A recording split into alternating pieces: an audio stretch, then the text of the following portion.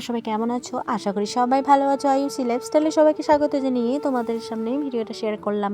সকাল সকাল তোমরা তো দেখতে পাচ্ছ এক গাদা থাল নিয়ে কিন্তু কলের পাড়ে বসে পড়েছি। আমার কিন্তু রান্নাবান্না হয়ে গেছে। তোমাদের দাদাভাই যেহেতু কাজে যাবে তাড়াহুড়ো করে কিন্তু রান্নাবান্নাটা করে নিলাম। এখন রান্নাবান্না করার স্বার্থে কিন্তু এক গাদা থাল থুল বেরিয়েছে, কারণ সবারই খাওয়া দাওয়া হয়ে গেছে। তার জন্য কিন্তু আমি কলের পাড়ে এক গাদা থাল নিয়ে বসে পড়েছি।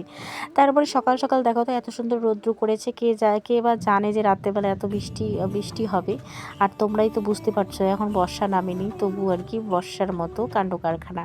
এদিকে তো বৃষ্টি পড়ে, প্রতিদিনে তো বৃষ্টি পড়েই থাকে। আর দিনের বেলা তোমরা তো দেখতেই পাচ্ছ এত রৌদ্র করেছে, মনে তো হয় না যে রাত্রেবেলা বৃষ্টি পড়বে। এই আকাশটার জন্য কিন্তু না পারছি ধান সিদ্ধ করতে।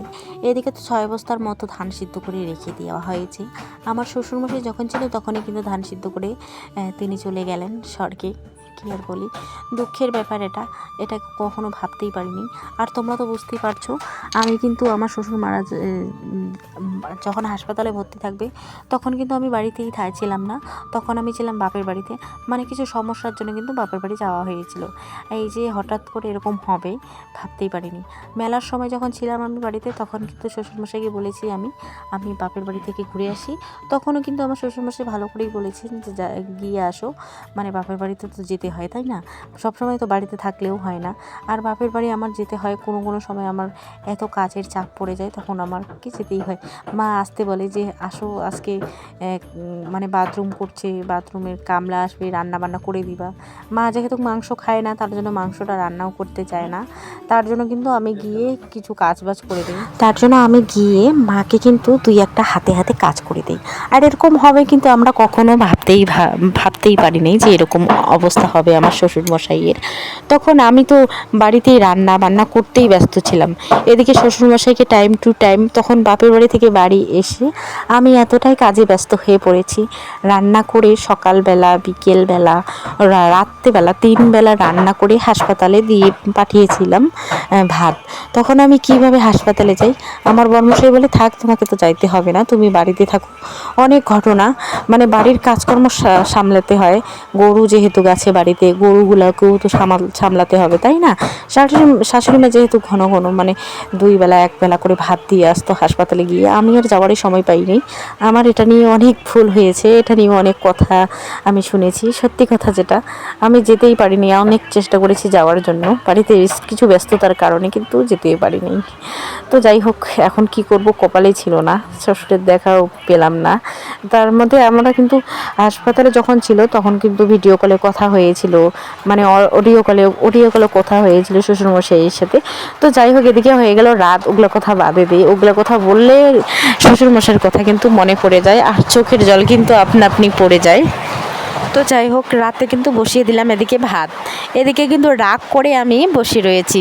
আগের দিনে কালকে যেহেতু ভাড়াটা নিয়ে যাবে, এদিকে আমার বর্মশাই কি করেছে, 1 পেক কিন্তু মাল খেয়ে ফেলেছে।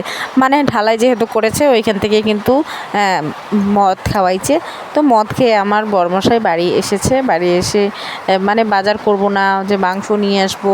আমি 1000বার বলছি যে কালকে বাড়িতে তো ঢালাই হবে, কালকে কিন্তু মাংস কিন্তু খাবো। মাছ বা মাংস কিন্তু খেতেই হবে, তাই না? আজকে রাতে রান্নার কি মানে ছিল? তুমি তো খেয়ে আসছো, তাই না? তুমি যাদের বাড়িতে কাজ করেছো তাদের বাড়িতে খেয়ে আসো, আমি বলছি।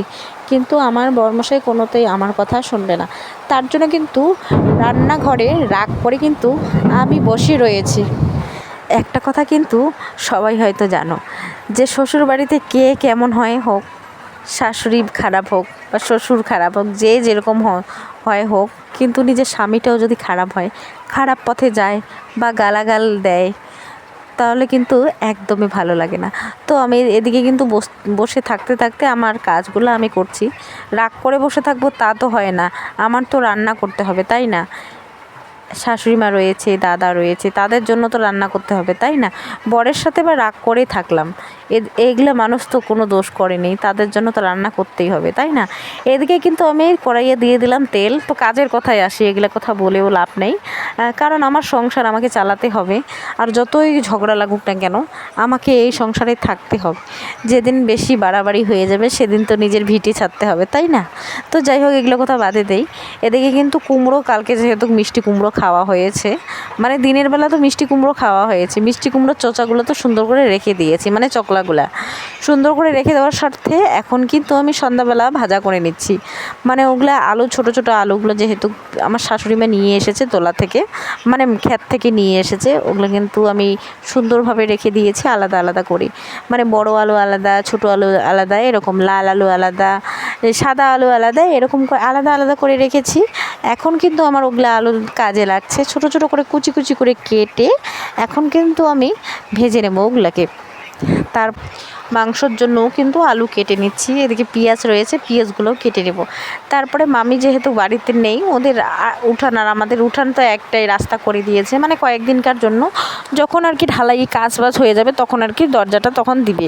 এখন যেহেতু ওরা মামি যেহেতু নেই, হঠাৎ করে ফোন আসলো যে ওর ভাস্তির মানে ছেলের পা ভেঙে গেছে, তো ওরাও আর কি চলে গেল হাসপাতালে। তো আমি রান্না বান্না করছি, মাংস আর ভাজাটা দিয়ে আসবো আর কি। আর ভাতও ভালো করে, ভাতও বেশি করে রান্না করলাম না, ভাত তো আমার হয়ে গেছে, তো ওই আর কি ভাত বসিয়ে দিবে। তখন আর কি মাংস আর ভাজা, আলু ভাজা, আলু আর কুমড়োর চচা ভাজা দিয়ে আসলাম আর কি ভাস্তির মানে বোনটাকে আর কি। তো ও আর কি ওকে গিয়ে দেখি ভাত বসিয়ে দিয়েছে আর মামিও চলে এসেছে, তখন আর কি হাতাহাতি মামি রান্না করে দিল।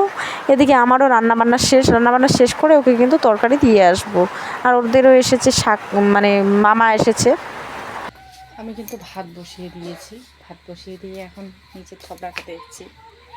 জানো না, বরমশাই মাল খেয়ে আসছে আর গালে আমার থাপ্পড় দিয়েছে, এখন কিন্তু পুরো ব্যথা করতেছে। তারপরে রাগ উঠে কিন্তু আমি বাজারে চলে গেছিলাম। সত্যি কথা, এটা সব সহ্য হয়, কিন্তু নিজের হাজব্যান্ডটা যদি মাতাল থাকে তাহলে কিন্তু এগুলো সহ্য হয় না।